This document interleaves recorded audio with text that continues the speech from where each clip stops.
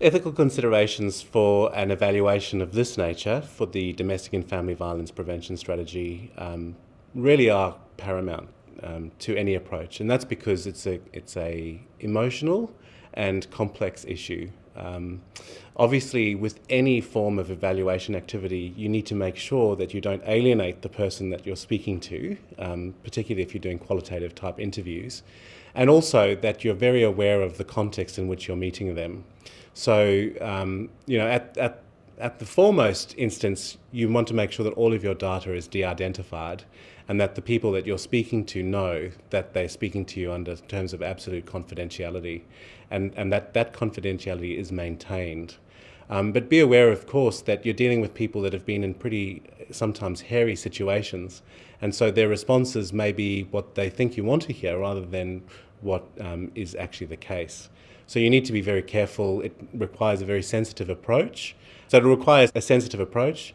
And also you need to bear in mind the safety of the person that's being spoken to or interviewed, as well as the person that's doing the interviewing in some cases. In the context of ethics, it's very important that you have an ethical framework in place, that you have your ethics plan well considered and thought out, and that you think of any eventuality really, and you cover off on that.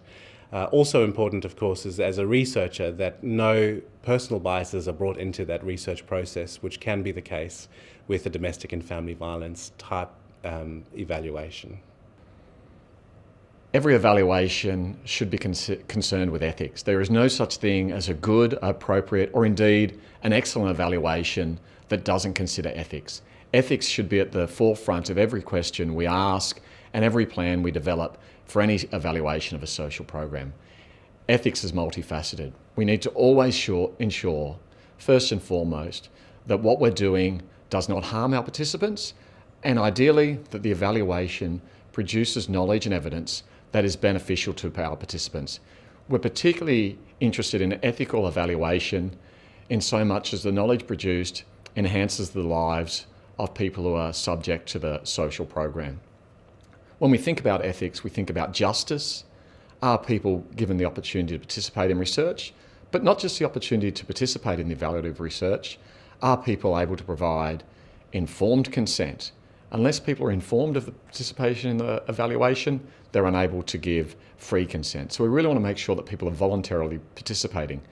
We also don't want to assume that just because someone might be classified as vulnerable, that they are unable to make informed and voluntary consent. When we're constructing an evaluation, we need to create the conditions so that people who are marginalised are able to freely and willingly give their informed consent to participate. And we need to always update that consent.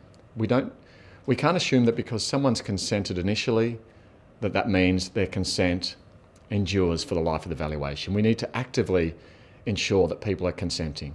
We also need to ensure that people who are excluded from social programs are given an opportunity to express their views and experiences about the social program that they might be excluded from. Of course, when Indigenous people are involved, we need to make sure that the research is not about Indigenous people without Indigenous people playing an active role in designing, facilitating and developing the evaluation. We really need to think about enabling people to participate under conditions of their own choosing. We need to make sure, ethically, that what we're presenting from the evaluation can be supported by the data. This can be very uncomfortable at times when the evaluation shows results that don't support the intention of the evaluation of the program design. Nevertheless, an ethical evaluation is an evaluation that reports fairly and truly on the results from the research. We need to make sure that what we're saying about the social program can be substantiated through the evidence generated from the evaluation.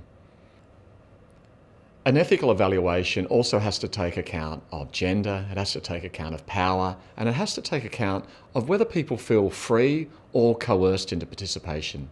We need to make sure that survivors or victims of domestic violence are represented in an evaluation, but we equally need to make sure that they don't feel compelled to participate because they're the recipient of a social program. We similarly need to make sure that perpetrators are involved in the evaluation. If we really want to know whether social programs are effective at addressing domestic violence, perpetrators play a key role. We need to respect and value their perspectives, and we need to create the conditions for perpetrators to be able to consent and participate, but similarly in a way that they feel they can do so without being compelled through participation in certain perpetrator programs. We need to decouple the actions that they may have perpetrated, including domestic violence, from their capacity and right to participate in the evaluation.